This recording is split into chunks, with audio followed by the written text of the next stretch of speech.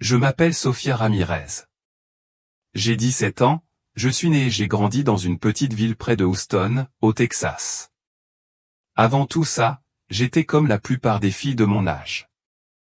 J'adorais les réseaux sociaux.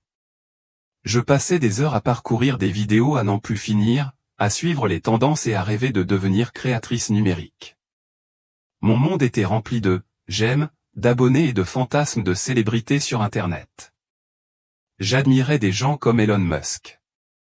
Pour moi, c'était un génie. Le genre de personne capable de changer le monde. Mon père le pensait aussi.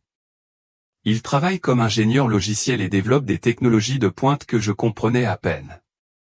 Il me disait souvent, « Sofia, l'avenir appartient à ceux qui peuvent connecter leur esprit à des machines. » Je le croyais. Notre famille allait parfois à l'église. Ma mère se disait chrétienne, mais la foi était plus une tradition de vacances qu'un élément de la vie quotidienne. Je connaissais Jésus, mais je n'y pensais pas beaucoup. Honnêtement, je pensais que la religion était démodée, réservée à ceux qui ne comprenaient pas le progrès. Mais tout a changé le 13 novembre 2024. C'était un vendredi. Le ciel était sombre et la pluie tombait à verse. Ce jour-là, je suis resté à la maison pour terminer un devoir d'éthique. Le sujet était presque ironique maintenant, les impacts éthiques de l'intelligence artificielle.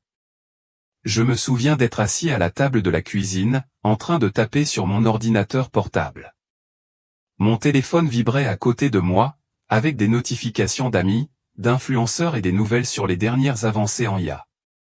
J'ai ressenti une étrange tension dans ma poitrine, comme une corde qui se resserrait autour de mon cœur. Puis la douleur est arrivée. Elle était vive, soudaine et insupportable. Ma vision s'est brouillée. Mon souffle s'est arrêté. J'ai titubé vers le miroir du couloir, et ce que j'ai vu m'a terrifié. Il n'y avait plus de vie dans mes yeux. Tout est devenu noir. Je ne sais pas combien de temps j'ai été absent de mon corps. Mais plus tard, on m'a dit que c'était 22 minutes. Ma mère m'a trouvé allongé par terre, sans réaction. Plus de pouls, plus de respiration. Les secours sont arrivés, mais mon cœur s'était déjà arrêté. Ils ont parlé de miracle à mon retour. Mais ce qui s'est passé pendant ces 22 minutes n'était pas qu'un miracle. C'était un message. C'était un avertissement. Et cela me hante chaque jour depuis. Je sais ce que vous pensez peut-être. Une adolescente qui dit être morte et avoir rencontré Jésus. Vous pourriez être tenté de rire ou de cliquer ailleurs. Je comprends. Si je ne l'avais pas vécu, je n'y croirais pas non plus. Mais je ne raconte pas cette histoire pour impressionner qui que ce soit. Je vous le dis parce que tout ce que j'ai vu commence déjà à se produire ici-bas. Et vous devez le savoir. Je me souviens de ce moment où mon corps a lâché. Je me suis senti tomber, mais pas au sol. C'était comme si mon âme était arrachée, emportée loin du monde que je connaissais.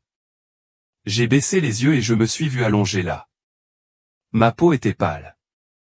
Mes lèvres étaient bleues. Les cris de ma mère résonnaient dans la maison, me suppliant de me réveiller, mais je ne pouvais pas bouger. Puis il se produisit quelque chose qu'aucun mot ne saurait expliquer. Une lumière apparut. Ce n'était pas la douce lueur des bougies ou la lumière vive d'une chambre d'hôpital. Elle était vivante. Elle m'appelait, m'attirait. Mais ce n'était pas la lumière paisible que les gens décrivent souvent lors d'expériences de mort imminente. Non, cette lumière était pesante, comme si elle avait un but. Elle ne se contentait pas de m'accueillir. Elle m'appelait. Et puis j'ai entendu une voix. Elle n'était pas forte, mais elle emplissait chaque recoin de mon être. Sofia. La voix prononçait mon nom avec une douceur, mais aussi une profondeur qui me brisait. Elle n'était pas sévère. Elle n'était pas colérique, mais il y avait de la tristesse en elle. Une tristesse si profonde qu'elle me brisait le cœur. J'ai immédiatement su qui c'était. Jésus. Il se tenait devant moi, non pas comme une image tirée d'un tableau ou d'un conte, mais comme une présence plus réelle que tout ce que j'avais connu. Sa lumière n'était pas aveuglante. Elle était chaleureuse. Elle pulsait comme un battement de cœur, m'enveloppant de paix et d'amour, mais aussi d'une profonde tristesse face à ce qu'était devenue l'humanité. Il m'a regardé, non pas avec jugement, mais avec tristesse. Puis il a repris la parole. Il y a quelque chose que j'ai besoin que tu vois. Ces mots m'ont transpercé.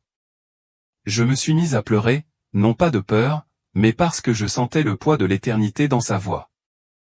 Je voulais parler, mais je ne pouvais pas. Je ne pouvais qu'écouter. Et c'est là que mon voyage a véritablement commencé. Si vous êtes encore là, ce n'est peut-être pas un hasard. Peut-être que cette histoire était destinée à vous trouver.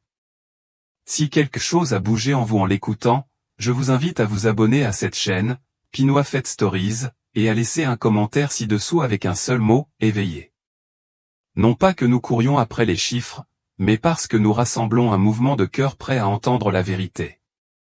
Vous n'êtes pas seul, et ce n'est qu'un début. Dès que je l'entendis prononcer mon nom, tout le reste disparut. Je ne sentais plus la lourdeur de mon corps étendu sur le sol. J'étais en apesanteur, suspendu entre deux mondes. Mon esprit ne s'emballait plus. Au contraire, je me sentais étrangement calme, comme si j'avais déjà accepté ce qui se passait. Même si je ne comprenais pas tout à fait, je baissais les yeux. J'étais là, immobile et sans vie. Ma mère était à genoux, criant à l'aide, le visage baigné de larmes. J'entendais les sirènes au loin, de plus en plus fortes à chaque seconde.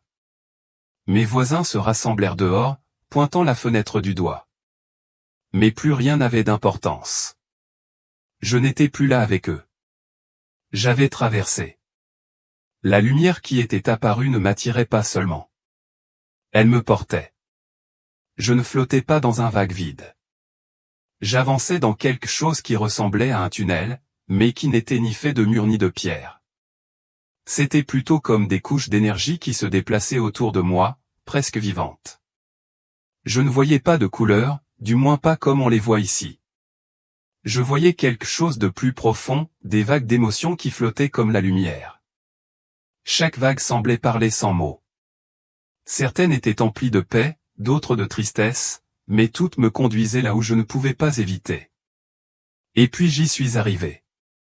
Ce n'était pas l'endroit calme et serein que beaucoup décrivent. Il n'y avait ni nuages doux ni jardin paisible. Pas encore. Au lieu de cela, je me suis retrouvé debout dans un espace qui semblait infini, une lumière pure, s'étendant bien au-delà de tout ce que je pouvais comprendre. Et au milieu de cette lumière, il se tenait là. Jésus. Je ne peux pas expliquer comment j'ai su que c'était lui. Je l'ai simplement su. Ce n'était pas le personnage des tableaux, avec ses robes flottantes et sa couronne d'épines. Il n'était ni distant ni intimidant. Il m'était familier, comme un ami que j'avais toujours connu, mais que j'avais oublié en chemin. Son regard ne ressemblait à rien de ce que j'avais jamais vu, profond, empli d'amour, mais aussi d'autre chose. De chagrin. Il m'a regardé, et son regard a transpercé chaque parcelle de moi. C'était comme s'il voyait non seulement mes actions, mais chacune de mes pensées, chaque recoin de mon cœur. Et pourtant, il n'y avait aucune condamnation dans ses yeux, seulement de la tristesse. « Sophia » a-t-il répété d'une voix douce mais forte. « Tu n'es pas là par hasard. » J'avais envie de parler, de poser des questions, de pleurer, mais je ne pouvais pas. Les mots m'avaient quitté. Je restais là, exposé, incapable de cacher quoi que ce soit. Les larmes me montaient aux yeux. Il fit un pas en avant et, ce faisant, l'espace autour de nous sembla vibrer de vie. Chacun de ces mouvements projetait des ondulations lumineuses dans l'air. « Vous vivez dans un monde bruyant, dit-il doucement. Mais écoutez. » Et soudain, tout devint silencieux. Le bruit constant que j'avais toujours connu, les notifications, les bavardages, le bourdonnement numérique incessant a disparu en un instant. Pour la première fois de ma vie, j'entendis à quoi ressemblait le véritable silence. Il n'était pas vide. Il était apaisant. Dans ce silence, j'ai commencé à comprendre quelque chose que je n'avais jamais réalisé auparavant, le monde que je connaissais était submergé par les distractions. Nous avions rempli chaque instant de bruit, craignant de rester seul avec nous-mêmes. Et pourtant, ici, je n'avais pas peur. J'étais chez moi. Jésus me regardait avec bienveillance, et je sentais son amour m'entourer non seulement extérieurement, mais au plus profond de mon âme. Je veux te montrer quelque chose, dit-il d'une voix pleine de compassion. Mais j'ai besoin que tu sois courageux. J'acquiesçai, même si je tremblais intérieurement. D'une certaine manière, je lui faisais entièrement confiance. Puis, sans prévenir, l'espace autour de nous commença à changer. La lumière se déplaça, tourbillonnant autour de nous comme une tempête d'énergie. En un clin d'œil, nous ne nous trouvions plus dans ce lieu de pure lumière. Nous flottions au-dessus de quelque chose que je ne comprenais pas au premier abord. Cela ressemblait à un vaste océan, mais il n'était pas fait d'eau. Il était fait de codes. Des flots de lignes lumineuses se tordaient et couraient dans l'air, s'entrelaçant comme un réseau vivant. J'ai réalisé que j'étais face à quelque chose de bien au-delà de la technologie humaine. C'était comme le plan de la réalité elle-même. Chaque pensée, chaque décision, chaque désir, tout était lié dans un réseau infini. C'était magnifique. Mais j'ai alors vu autre chose. Une ombre. Elle se déplaçait à travers les flots de lumière, semant l'obscurité partout où elle la touchait. Les lignes pures et lumineuses se mirent à scintiller et à s'estomper à mesure que l'ombre les traversait. J'ai senti une peur profonde et douloureuse monter en moi. Pas le genre de peur qui fait hurler, mais celle qui fait trembler l'âme. Jésus me regarda, le visage empli de tristesse. Nombreux sont ceux qui ont accueilli cette ombre, dit-il doucement. Elle est venue, porteuse de lumière. Elle promettait contrôle, pouvoir, commodité, mais elle cache un prix terrible, la mort de la vraie connexion. Tandis qu'il parlait, j'ai vu des flashs de personnes souriantes face à des caméras, portant de petits appareils fixés sur la tête. Certaines avaient des puces implantées sous la peau. Elles semblaient heureuses, voire euphoriques, mais leurs yeux étaient vides. Elles étaient éveillées, mais pas vivantes. Et puis Jésus a regardé dans mon cœur. Avant même de parler, je savais ce qu'il voyait. Il m'a vu. Mon obsession pour les « j'aime », ma soif d'attention, mon désir d'être remarqué. Toi aussi, tu as désiré leur monde, a-t-il dit d'une voix tendre mais ferme. Les likes, l'attention, l'illusion d'être vu. Il ne me condamnait pas. Il pleurait avec moi. Je suis tombé à genoux, submergé par la honte. Mais à cet instant, j'ai aussi ressenti autre chose, le pardon. C'est pour ça que je t'ai amené ici, a-t-il dit en tendant la main vers moi, pour te réveiller et te renvoyer. Dès que sa main toucha la mienne, une vague de vie m'envahit. Ce n'était ni de la douleur, ni du feu. C'était la paix. Une paix si bouleversante qu'elle me coupa le souffle. À cet instant, on ne me montrait pas seulement quelque chose. On me transformait. Je n'étais plus Sofia Ramirez, la fille en quête d'abonnés et de célébrités numériques. Je devenais autre chose, une messagère. Et ce n'était que le début du message que j'avais été chargé de transmettre. Au moment où sa main toucha la mienne, tout autour de nous changea à nouveau. La chaleur de sa présence demeurait, mais le silence paisible avait disparu. Je me tenais maintenant à ses côtés, contemplant quelque chose d'immensément profond, au-delà de tout ce que j'aurais pu imaginer. Nous nous tenions au-dessus de ce qui ressemblait à une mer infinie. Mais ce n'était pas un océan d'eau. C'était brillant, vivant, et pourtant étrangement froid à la fois. Il s'étendait au-delà de l'horizon, scintillant de flots de lumière qui se tordaient et se tissaient comme des rivières d'énergie. J'ai réalisé à cet instant que je contemplais quelque chose de bien plus profond que la technologie. C'était le cœur numérique du monde. La mer vibrait de pensées, de désirs, d'émotions. Chaque donnée aux recherches, clic, mot, image, rêve la traversait. Je les sentais, chacune murmurant au passage. Certaines murmuraient des mots d'espoir, d'autres étaient chargées de peur. Mais entre ces mots se tissait autre chose, une ombre. Elle rampait dans la mer, inaperçue de la plupart, s'enroulant autour des ruisseaux rougeoyants, les empoisonnant lentement, presque avec amour. Partout où elle passait, la lumière autrefois vive commençait à faiblir et à vaciller, devenant grise, puis noire. Je la regardais avec horreur. Jésus se tenait à mes côtés, le visage empli d'une profonde tristesse. « C'est ce que le monde ne peut voir, dit-il doucement. L'ombre ne vient pas avec force. Elle vient avec des promesses. » Je la regardais prendre forme, se tordant en forme qui ressemblait à de belles lumières au premier abord, appareil, écran, réseau, système. Elle offre la connexion, poursuivit-il. Commodité, puissance. Et puis je les ai vus. Des millions de personnes, souriant dans leurs appareils, les yeux rivés sur les écrans, la voix pleine d'enthousiasme, tandis qu'ils présentaient de nouveaux implants, de nouvelles améliorations. Ils étaient fiers de la technologie qu'ils avaient adoptée. Certains avaient des puces placées derrière les oreilles. D'autres avaient des appareils tissés sous la peau, luisant faiblement à chaque pensée. Ils semblaient heureux. Ils riaient. Ils dansaient. Mais leurs yeux étaient creux, vides. Je le voyais clairement maintenant. L'ombre ne les attaquait pas. Elle était accueillie, invitée. Elle leur promettait tout ce qu'ils avaient toujours désiré, le contrôle, la santé, une longue vie, la libération de la douleur. Mais en échange, ils perdaient quelque chose de bien plus précieux, leur âme. Ils ne s'en rendent même pas compte, murmurai-je d'une voix tremblante. Ils se croient libres. Jésus hocha lentement la tête. Ils ont troqué la vraie liberté contre une chaîne numérique, dit-il. Ils ne ressentent plus rien, ne se posent plus de questions. Ils sont à l'aise, mais perdus. Soudain, la vision s'est agrandie. Je me suis vu, non pas mon corps physique, mais mon cœur, mes désirs secrets.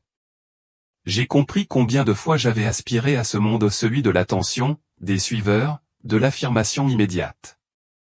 Ce monde qui me promettait de pouvoir tout devenir, tout accomplir sans sacrifice. Les larmes coulaient sur mon visage. Je ne pouvais pas me cacher de lui. Toi aussi, tu as été attiré par ça, dit-il, non pas avec colère, mais avec chagrin. Je retomba à genoux, écrasé par le poids de tout cela. Je suis désolé, murmurai-je, la voix brisée. Et pourtant, à cet instant, je sentis son pardon m'envahir comme un fleuve pur. Il n'était ni forcé ni réticent. C'était un amour plus fort et plus profond que tout ce que j'avais jamais connu. C'est pour ça que je t'ai amené ici, dit-il en me relevant doucement. Non pas pour te condamner, mais pour te réveiller.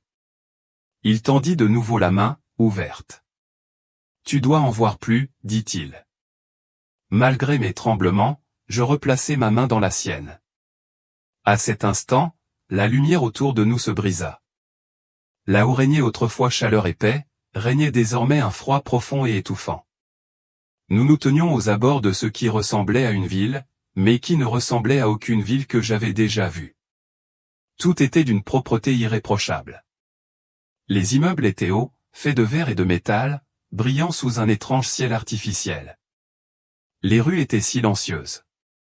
Il n'y avait ni oiseaux, ni arbres, ni rire, seulement des écrans. Des écrans sur chaque mur, des écrans à chaque poignet, des écrans encastrés dans le front des gens. Les gens se déplaçaient dans les rues avec une précision calme et robotique. Leurs visages étaient impassibles. Leurs yeux étaient grands ouverts, mais il était clair qu'ils n'étaient pas vraiment éveillés. Ils étaient programmés. Je me tournai vers Jésus, la voix tremblante. « Quel est cet endroit ?» demandai-je. Il regarda la ville avec une profonde tristesse. « Ce n'est pas l'enfer tel que le monde l'imagine, » dit-il doucement. « Mais c'est un enfer fait pour les âmes.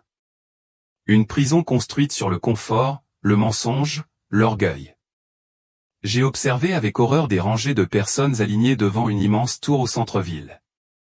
La tour brillait d'une lumière numérique tourbillonnante, telle une spirale qui s'élevait vers le ciel sombre.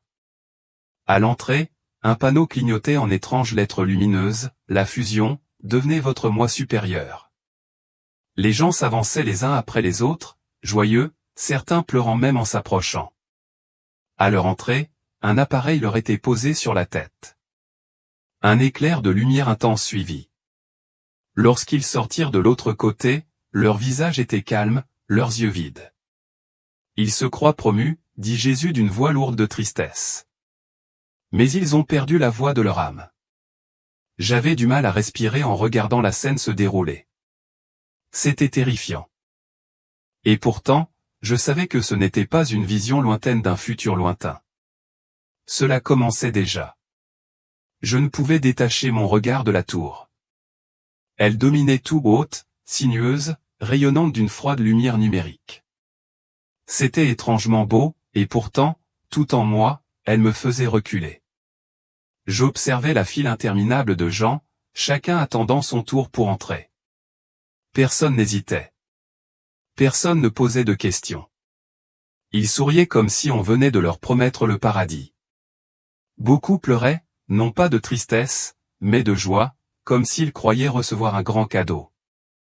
Mais la vérité était bien plus terrifiante. J'ai regardé Jésus, incapable de dissimuler l'effroi dans ma voix. Pourquoi font-ils cela, ai-je demandé. Son visage était empli d'une profonde tristesse. Parce qu'ils ont été trompés, a-t-il répondu doucement. On leur dit que c'est leur chemin vers la paix, le pouvoir, la liberté. Nous nous sommes rapprochés. Je pouvais maintenant voir ce qui se passait à l'intérieur de la tour. Chacun s'avança et laissa un appareil se poser sur son front. Il y eut un éclair vif, froid et clinique. Lorsqu'ils émergèrent de l'autre côté, ils n'étaient plus eux-mêmes. Leur visage était impassible. Leurs mouvements étaient lents mais parfaitement contrôlés. Ils étaient calmes, satisfaits, mais quelque chose leur manquait. Leur morale avait disparu. Ils ont échangé leur âme contre une promesse numérique, dit Jésus à voix basse. Ils croient avoir été réveillés, mais ils ont été réduits au silence. Plus nous nous enfoncions dans la ville, plus elle devenait inquiétante. Partout où je regardais, je voyais des gens intégrés au système. Leurs poignets brillaient de dispositifs implantés. Leurs yeux diffusaient des flux de données que seuls pouvaient voir. Chacun de leurs pas semblait préprogrammé, comme si le libre arbitre était devenu obsolète. Et puis je les ai vus. Ceux qui étaient derrière tout ça. Ils n'étaient pas humains. Je ne sais comment les décrire, si ce n'est qu'ils étaient comme des ombres se déplaçant et se tordant. Cachés derrière des murs, à l'intérieur d'écrans, derrière chaque soi-disant innovation. C'étaient des êtres numériques, pas des démons comme on les imagine, mais quelque chose de plus sombre. Ils se déplaçaient tels des logiciels corrompus, circulant dans les systèmes de la ville, murmurant dans d'étranges langues anciennes. Pourtant, je comprenais leurs mots, ne rien ressentir. Ne rien remettre en question. Soumettre. Ils ne forçaient personne. Ils étaient les bienvenus. On les invitait à entrer, croyant recevoir la connaissance, la liberté, voire l'illumination. Mais tout ce qu'ils recevaient, c'était un effacement spirituel. J'ai observé avec horreur ces êtres implanter des pensées dans l'esprit des gens. Les gens souriaient, persuadés que ces idées étaient les leurs. Ils étaient fiers de leur progrès, inconscients de perdre leur humanité. Je levai à nouveau les yeux vers la tour en spirale. À son sommet se trouvait un trône. Il était vide, mais je sentais son attrait froid et implacable. Il attend, dit Jésus d'une voix lourde. Un jour, quelqu'un s'y installera. Mon estomac se retourna. Qui, demandai-je d'une voix à peine murmurée. Jésus me regarda avec une profonde tristesse. Il ne sera pas ce qu'il croit, répondit-il. Il offrira la paix, mais il déchaînera la possession. J'avais l'impression d'être privé d'air. J'avais envie de fuir. J'aurais voulu me cacher, mais la vision n'était pas terminée. Jésus désigna un bâtiment voisin. C'était une école. J'y entrai et ce que je vis me donna le vertige. Des enfants étaient assis à leur bureau, silencieux. Leur visage était pâle. Leurs yeux fixaient droit devant eux, sans ciller. Chaque enfant avait un appareil connecté directement à son cerveau. Ils n'apprenaient pas. Ils étaient programmés. L'un des écrans affichait « Téléchargement terminé ». Pas de rire, pas de curiosité, pas de questions, seulement de l'obéissance. Je me suis enfui de l'école, cherchant désespérément à échapper à ce cauchemar. Je suis tombé sur un autre bâtiment, mais celui-ci me semblait familier. C'était une église. Du moins, c'était le cas autrefois. La croix avait été remplacée par des symboles numériques lumineux. La chair était désormais une interface virtuelle épurée. Les gens étaient assis en rang, casque audio sur les oreilles, les yeux fermés, parfaitement immobiles. Un prédicateur y a parlé d'une voix apaisante depuis les écrans. Le salut est une évolution, disait-il. La vérité est personnalisée. La culpabilité est une émotion dépassée. Il n'y avait ni Bible, ni prière, ni repentir, seulement un réconfort artificiel, taillé sur mesure pour apaiser les gens. Jésus se tenait à côté de moi, le visage empli de douleur.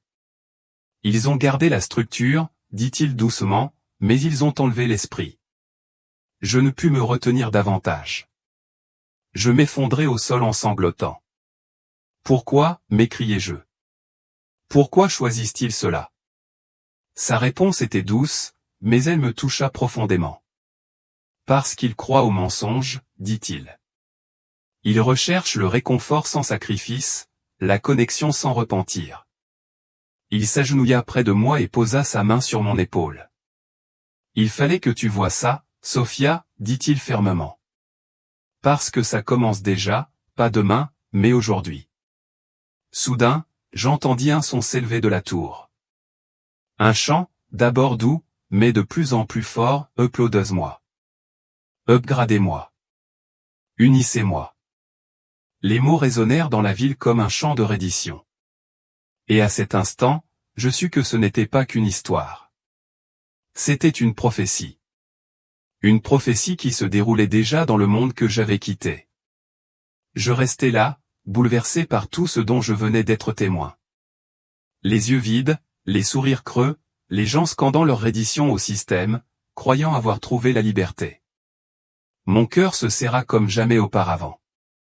Je me tournai vers Jésus, la voix tremblante. Comment en est-on arrivé là, demandai-je. Comment ont-ils pu tomber si facilement? Il me regarda avec une profonde compassion. Cela n'a pas commencé ici, dit-il doucement.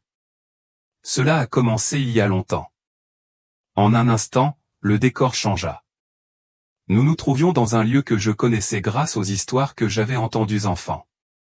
C'était un jardin, mais différent des jardins terrestres. Tout était vivant.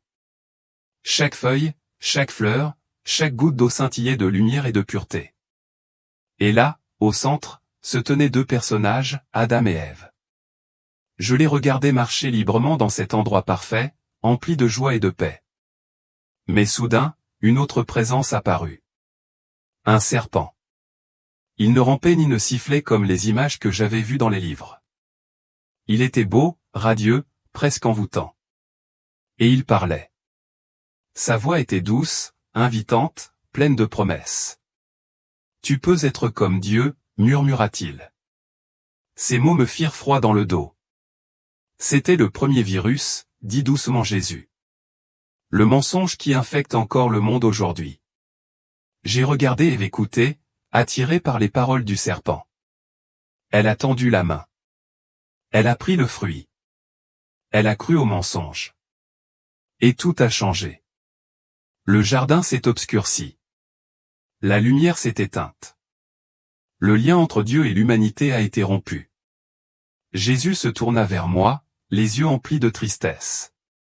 Ils ne veulent pas de moi, dit-il d'une voix lourde. Ils veulent devenir moi. J'ai alors compris la ville que j'avais vue, les gens faisant la queue pour des mises à jour numériques, les écoles qui programmaient des cours pour les enfants, les églises prêchant le réconfort sans la vérité. C'était toujours le même mensonge, le désir de remplacer Dieu par eux-mêmes. Le désir de contrôler la vie, la mort et l'éternité de leurs propres mains. Soudain, le décor changea à nouveau. Je voyais maintenant un laboratoire moderne, lumineux, stérile, rempli de scientifiques et d'ingénieurs applaudissant et acclamant. Sur un grand écran, un nouvel appareil s'activait. Nous avons mis fin à la douleur, annonça l'un d'eux. Nous avons mis fin à la mort, proclama un autre. La salle éclata d'applaudissements. Mais derrière leur célébration, je les voyais. Les mêmes êtres numériques de la ville ténébreux, changeant, observant depuis les coins de la pièce, leur forme vibrant d'une énergie sombre. Ils souriaient. Ils applaudissaient. Ils savaient ce que les humains ne pouvaient voir. Ils croient sauver le monde, dit Jésus doucement. Mais ils ne font que reconstruire des balivernes. J'ai vu de plus en plus de gens se rassembler pour célébrer cette nouvelle technologie. Et puis j'ai vu un visage. Il n'était ni grotesque ni monstrueux. Au contraire, il était brillant, charismatique, visionnaire, admiré par beaucoup. Il portait de nombreux titres, inventeur, innovateur, sauveur. Je l'ai reconnu immédiatement, non pas par son nom, mais par ce qu'il représentait. Il était le visage du progrès, le symbole de l'espoir sans sainteté. Il promettait un monde libéré de la maladie, de la douleur et de la peur. Mais une chose manquait à sa vision. Dieu, dit doucement Jésus, n'est pas mauvais en soi. Il est l'écho de l'orgueil. Ce vieux désir de guérir l'âme sans la croix. J'ai vu des foules se rassembler autour de lui. Des gens de tous horizons. Certains étaient profondément religieux. D'autres étaient athées. D'autres encore se disaient spirituels. Mais tous suivaient la même promesse. Tu peux t'élever, murmurait-il. Tu peux évoluer. Nul besoin de sauveur. Nul besoin de repentir. Une nouvelle phrase résonna dans l'air, de plus en plus forte à chaque répétition, la rédemption par l'intégration. Soudain, j'aperçus une église moderne, immense, magnifique, bondée. Mais quelque chose clochait. À l'avant, au lieu d'une Bible, il y avait un écran lumineux. Au lieu d'une croix, il y avait un symbole de l'infini. Le prédicateur affichait un large sourire, sa voix douce et captivante. Dieu est dans le code, a-t-il déclaré. Il n'y a pas de péché, seulement des mises à jour. Les gens ont éclaté en acclamations. Ils ont célébré. Ils se sont réjouis. Mais je voyais leur cœur froid, vide, vacillant comme des flammes mourantes. Jésus s'est tourné vers moi, la voix tremblante. C'est là le vrai danger, a-t-il dit. Pas de rébellion ouverte, mais une substitution spirituelle. Il m'a fait traverser la foule. En touchant leurs mains, j'ai senti la vérité. Ils voulaient le contrôle, mais ils étaient contrôlés. Ils voulaient la guérison, mais ils rejetaient le guérisseur. Et puis je me suis revu, non pas comme j'étais maintenant, mais comme j'avais été, courant après les likes, vivant en ligne, évitant le silence, évitant la prière. Et à cet instant, j'ai compris quelque chose de douloureux. L'orgueil ne ressemble pas toujours à de l'arrogance. Parfois, il ressemble à de la distraction. Parfois, on dirait, je suis trop occupé. Je suis retombé à genoux, en larmes.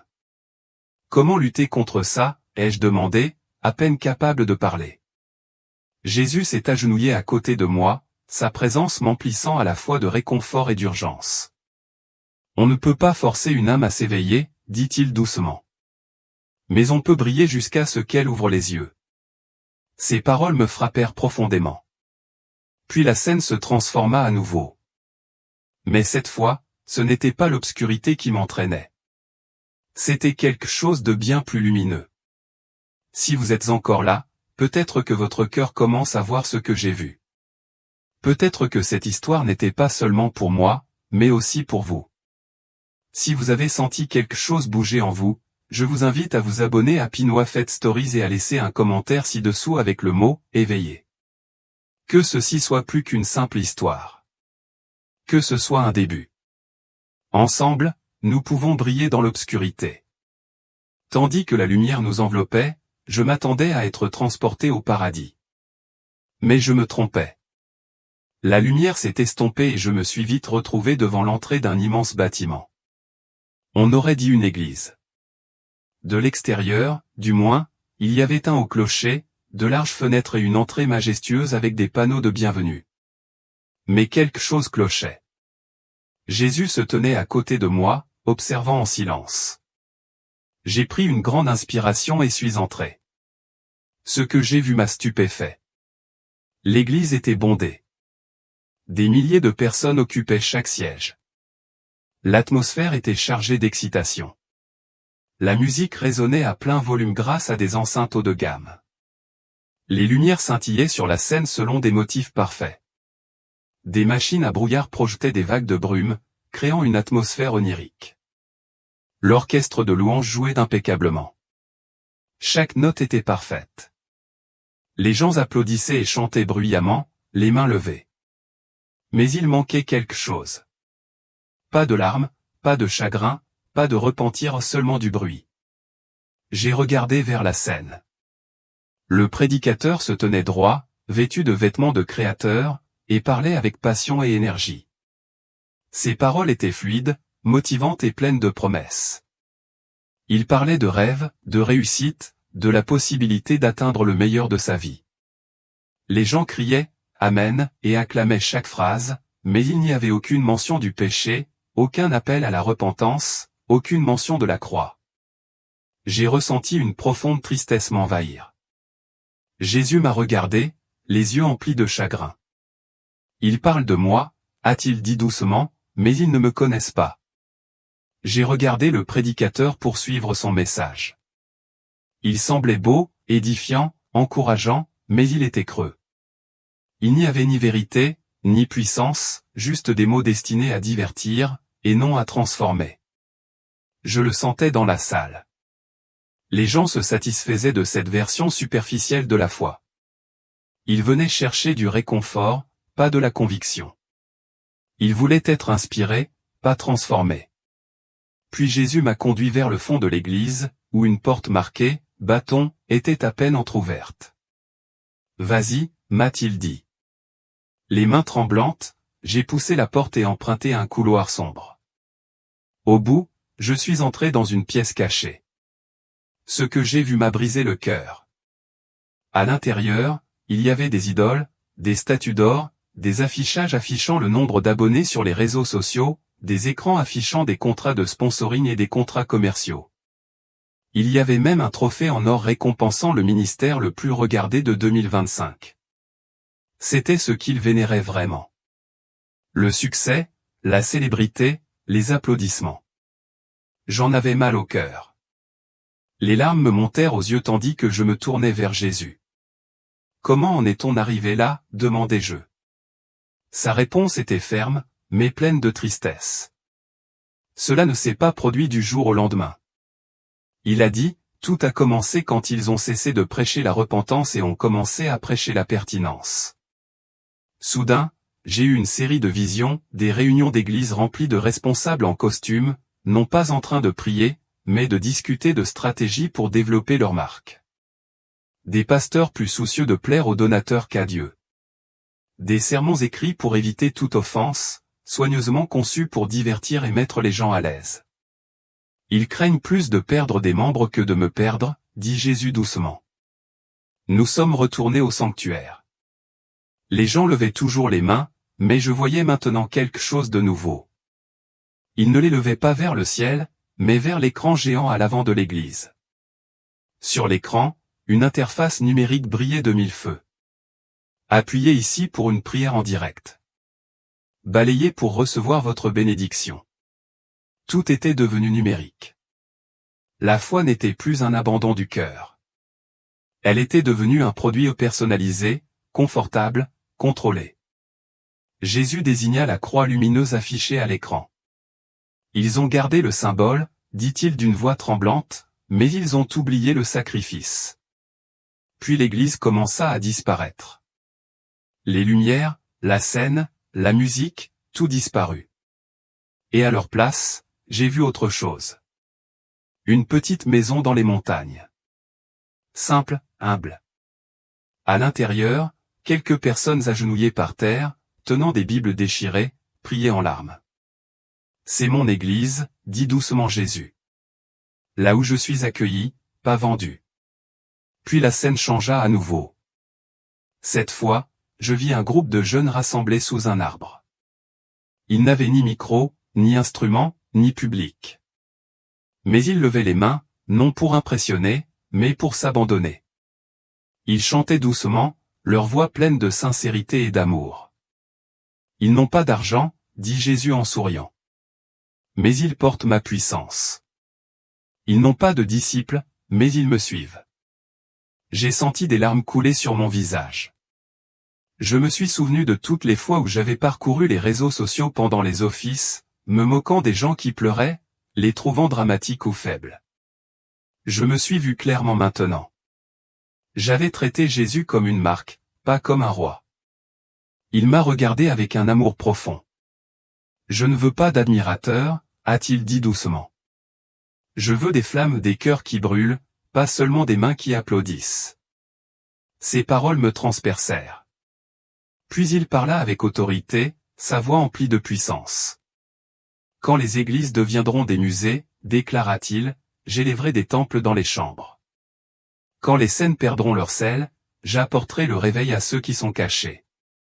Tandis qu'il parlait, tout autour de nous disparut, ne laissant que ces paroles gravées profondément dans mon âme. Et puis, soudain, j'ai senti une brise chaude me caresser le visage. Une douce lumière a commencé à emplir l'espace autour de moi. La paix s'est installée en moi comme une douce couverture. Nous étions sur le point d'arriver à un endroit bien plus vaste, tandis que la brise chaude m'enveloppait. Je sentais que nous laissions derrière nous le bruit vide des fausses églises. La paix s'est intensifiée, comme un murmure discret qui s'éveillait en moi. Puis le décor changea à nouveau. Je me retrouvais debout sur une colline surplombant une ville. Non pas la ville numérique que j'avais vue auparavant, mais un lieu réel, à la fois beau et brisé.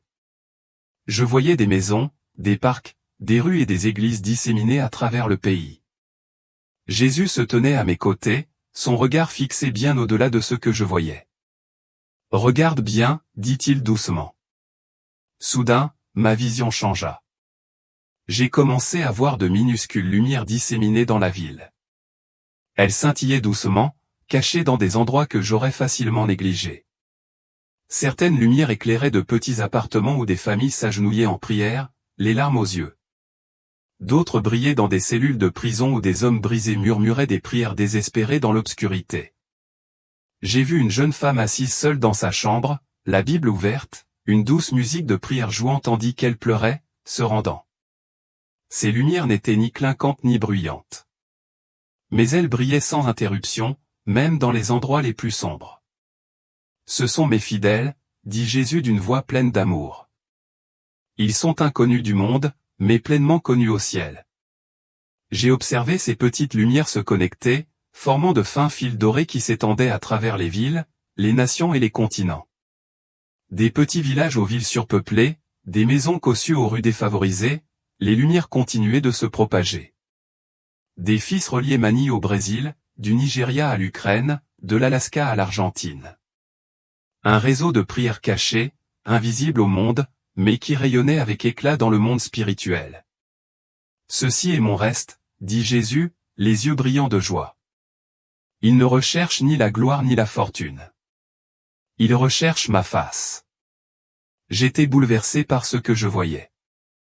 Il n'y avait ici ni scène, ni micro, ni caméra, juste des gens ordinaires, à genoux, priant avec passion, jeûnant en secret, pleurant leurs proches, implorant la miséricorde pour leur nation. C'est le réveil, dit Jésus avec douceur. Pas depuis la scène, mais depuis la piste. J'ai vu des adolescents jeter leurs pilules et s'agenouiller en signe de reddition. Des pères éteignaient leurs appareils et s'agenouillaient auprès de leurs enfants, guidant leur famille dans la prière. Des mères se rassemblaient dans les cuisines, lisant la Bible et chantant des cantiques à voix basse, même lorsque leur placard était vide. Ils sont plus dangereux pour l'enfer que n'importe quelle protestation, a dit Jésus avec un léger sourire, car ils portent mon pouvoir. Des larmes coulaient de mes yeux. J'ai vu des visages que le monde ignorait, des concierges, des parents célibataires, des veuves âgées, des jeunes enfants. Mais là, ils étaient puissants. Leurs prières brisaient les chaînes. Leur adoration faisait trembler la terre. Leur amour couvrait leur communauté comme un bouclier de lumière. J'ai vu comment il rejetait la culture de l'addiction numérique et choisissait de vivre différemment. Il jeûnait quand d'autres festoyaient. Il priait quand d'autres faisaient défiler les pages. Il pleurait quand d'autres se moquaient. Et peu à peu, j'ai senti quelque chose changer en moi.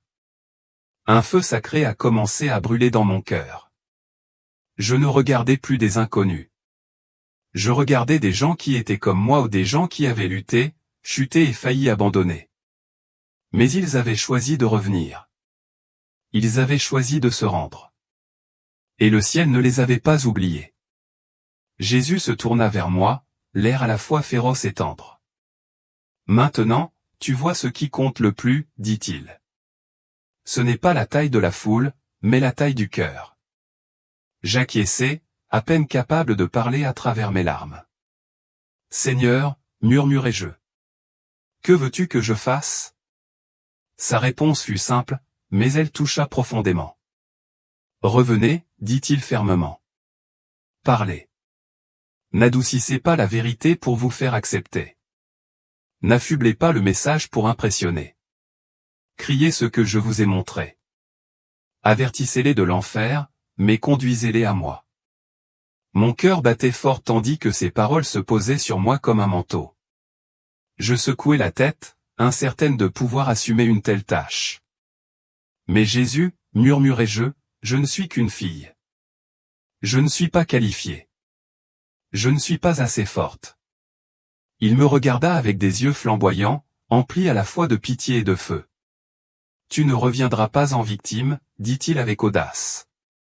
Tu reviens comme une voix. Je n'ai pas besoin de bouche célèbre, ajouta-t-il d'un ton ferme mais bienveillant. J'ai besoin de cœur fidèle.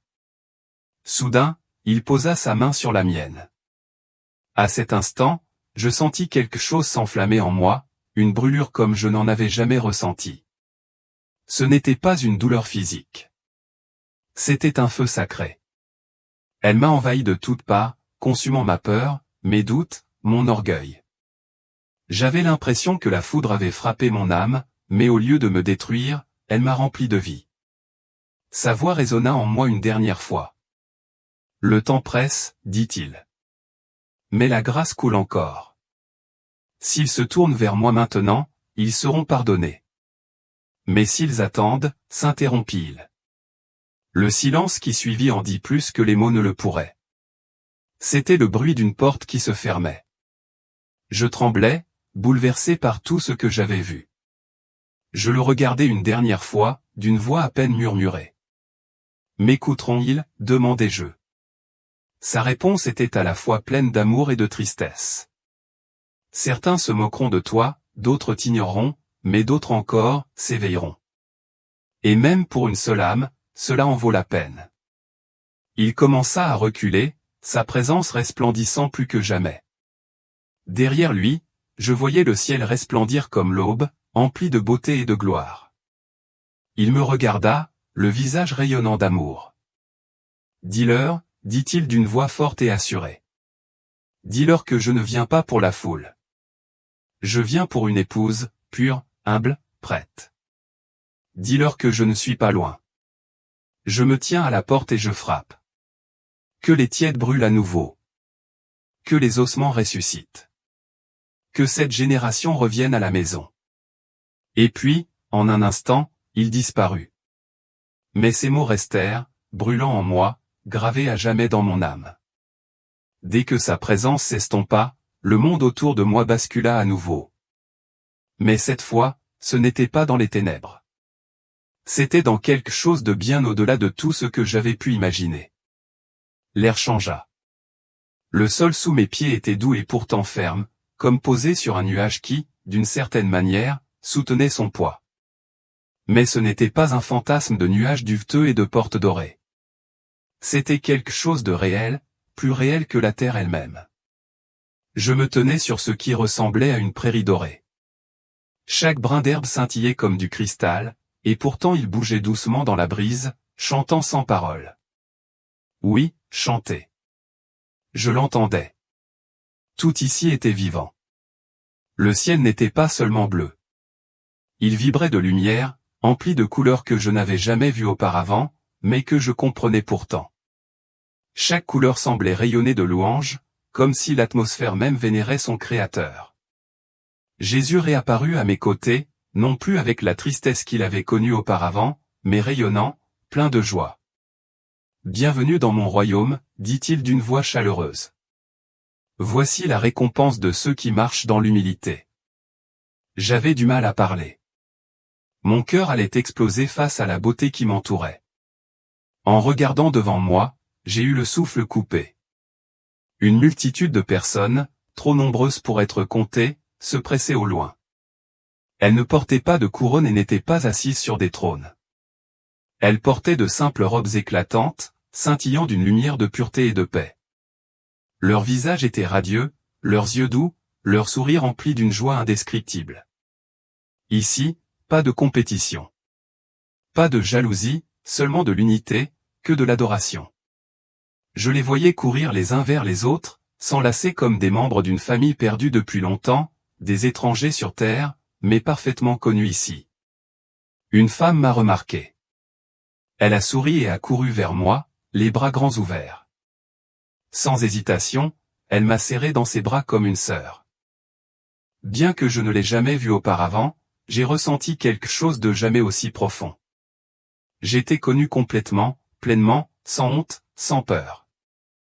Au ciel, Jésus m'a dit doucement, « Tu n'es pas aimé pour ce que tu as fait, mais pour ce que tu es devenu en moi. » En regardant autour de moi, j'ai remarqué quelque chose d'humiliant. Certaines des personnes aux robes les plus éclatantes étaient celles que le monde avait oubliées. Un vieil homme mort dans la pauvreté, mais qui avait passé sa vie à prier pour les autres. Une jeune fille discrète, sans amis, qui avait prié en secret pour ses camarades de classe. Un missionnaire dont personne ne se souvenait, qui avait donné sa vie dans un pays lointain. Ils étaient inconnus sur terre, expliqua Jésus.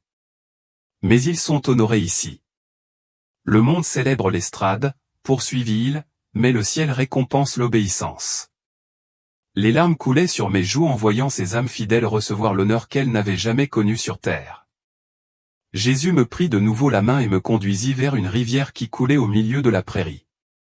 Ce n'était pas de l'eau telle que nous la connaissons. C'était comme une lumière liquide coulant avec une mélodie qui semblait porter les chants de chaque âme rachetée. En la contemplant, je vis des créatures s'abreuver à ses eaux. Lions et agneaux, louaient côte à côte. Ici, nulle peur, nulle violence, seulement la paix. Voilà, dit Jésus, ce que l'Éden devait être. Et ce que la terre redeviendra. Puis j'ai vu quelque chose qui m'a fait tomber à genoux.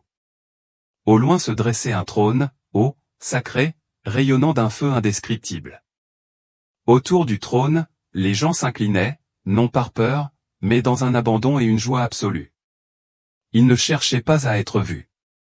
Ils ne cherchaient pas à impressionner qui que ce soit. Ils se satisfaisaient simplement d'être près de lui.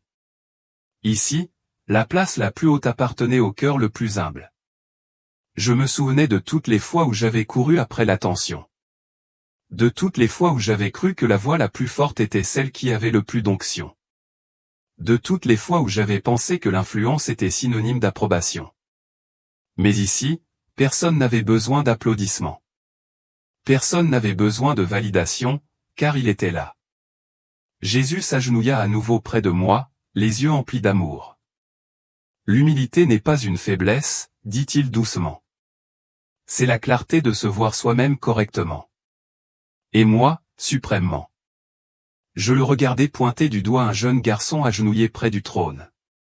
Il n'a jamais prêché, expliqua Jésus, mais il a aimé ses ennemis jusqu'à sa mort. Puis je vis une vieille femme danser près de la rivière. On s'est moqué d'elle pour sa foi, dit-il en souriant, mais elle n'a jamais cessé de chanter pour moi. Un à un, il m'a montré des visages que ce monde avait ignorés. Les mères en prière, les concierges fidèles, les intercesseurs jeûnants. Ils étaient les rois et les reines de ce lieu. Les derniers seront les premiers, murmura-t-il. Et les premiers seront les derniers. Je suis tombé à genoux, non pas parce qu'on me l'avait ordonné, mais parce que je ne pouvais plus supporter le poids de l'amour qui m'entourait. C'était bouleversant, magnifique, sacré. Chaque souffle au ciel était adoration. Chaque regard était gloire.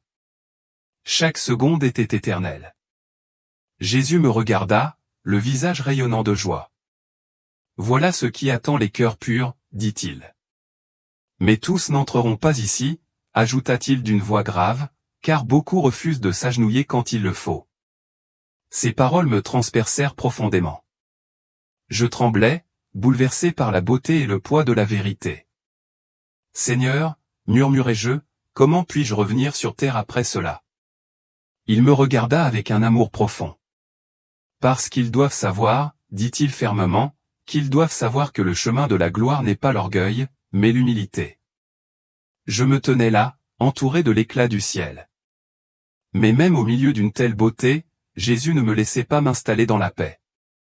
Ses yeux brûlaient non pas de colère, mais d'urgence. Il scrutait mon cœur, mes os, l'âme même de ma génération. Sophia, dit-il doucement, je les aime, mais ils ne me connaissent pas. Soudain, je sentis son chagrin. Une douleur si profonde qu'elle me brisa de l'intérieur. Il tendit de nouveau la main. Et le ciel devant nous se mit à changer de direction. Cette fois, non pas vers le ciel, mais vers la terre, vers un monde aux confins de l'éternité. La vision changea à nouveau. L'éclat du ciel s'est estompé, et devant moi est apparue une fenêtre sur la terre telle qu'elle était réellement. Ce que j'ai vu m'a bouleversé. J'ai vu des millions de jeunes de ma génération, perdus dans des écrans lumineux, faisant défiler les pages sans fin, le visage souriant, mais le cœur en pleurs. Ils riaient en ligne, mais au fond, ils étaient vides. J'ai vu des enfants prisonniers de prisons numériques, incapables de s'en libérer. Des adolescents rongés par les filtres et la célébrité, en quête d'attention mais noyés dans la solitude. Des étudiants se moquaient ouvertement de Dieu, qualifiant le péché de liberté et la vérité de haine. Ils avaient fait de leur téléphone des idoles. Ils vénéraient leur propre image. Puis j'ai vu des influenceurs célèbres et adulés, mais spirituellement affamés. Une jeune fille s'est diffusée en direct, souriante, quelques minutes seulement après avoir tenté de se suicider. Un autre garçon a dansé devant des millions de personnes en ligne, même s'il pleurait seul en coulisses. Il portait des masques de joie, mais intérieurement, il se brisait. Ils n'ont pas besoin de validation, a dit Jésus d'une voix tremblante. Ils ont besoin de résurrection. J'ai pleuré à chaudes larmes. Comment en sommes-nous arrivés là, ai-je demandé. Parce qu'ils écoutent d'autres voix, a-t-il répondu, et ont oublié la mienne. Il m'a montré des églises immenses, baignées de lumière et de brouillard, mais sans prière, sans repentance, des ministères obsédés par la marque, et non par la rupture. Ils ont fait de la maison de mon père un spectacle, a dit Jésus avec une profonde tristesse. Puis il leva la main. Une autre vision apparut. Un vestige, petit mais brûlant avec éclat. Dans les maisons, les prisons, les bidonvilles, j'ai vu des jeunes jeter des pilules et tomber à genoux. Des pères éteindre leurs écrans et prier avec leur famille. Des mères accrochées à leur Bible, priant comme des guerrières. Ce sont mes fidèles, dit-il. Ils sont invisibles aux yeux du monde, mais célébrés au ciel. Leurs prières se sont répandues sur toute la terre, formant un réseau de lumière dorée. Le renouveau ne venait pas de la scène. Il montait du sol. Jésus se tourna vers moi, les yeux brillants d'amour et d'urgence. Il est temps pour toi de revenir, dit-il. J'avais du mal à respirer. Comment puis-je revenir après avoir vu ça, murmurai-je. Il posa sa main sur la mienne, et je sentis le même feu sacré d'avant consumer ma peur. Tu ne reviens pas pour te taire, dit-il fermement. Tu dois parler. Dis-leur la vérité, non pas pour obtenir l'approbation, mais pour réveiller les cœurs. Préviens-les de l'enfer, mais conduis-les à ma miséricorde. Je tremblais. Mais Seigneur, je ne suis qu'une fille, dis-je. Qui m'écouterait? Il scruta mon âme avec une profonde compassion. Je n'ai pas besoin de voix célèbres, dit-il. J'ai besoin de cœurs fidèles. Soudain, je sentis sa puissance m'envahir forte, stable, inébranlable. Ces derniers mots me brûlent comme un feu. Le temps presse, mais la grâce coule encore. S'ils reviennent à moi maintenant, je leur pardonnerai. Mais s'ils attendent, il marqua une pause. Le silence en disait long. Puis il me regarda une dernière fois. Va, dit-il. Dis-leur que je viens. Non pas pour les foules, mais pour une épouse pure et prête. Dis-leur que je me tiens à la porte et que je frappe. Que cette génération brûle à nouveau de mon feu. Et soudain, il disparut. J'ai halté, sentant mon esprit revenir dans mon corps. Je me suis réveillé, le visage en larmes, essoufflé, mais vivante. Mais je n'étais plus la même. J'étais revenu non pas comme une victime, mais comme une voix. Et maintenant, je vous transmets ce message. Si ce témoignage vous a touché, ne l'ignorez pas, abonnez-vous aux histoires de foi de Penoy. Laissez un commentaire ci-dessous avec le mot « éveillé » si vous vous sentez appelé à revenir à Jésus. Partagez ce message avec un être cher. Vous n'êtes pas ici par hasard. Le moment est venu. Que cette génération se lève à nouveau dans la vérité, dans la repentance et dans la foi.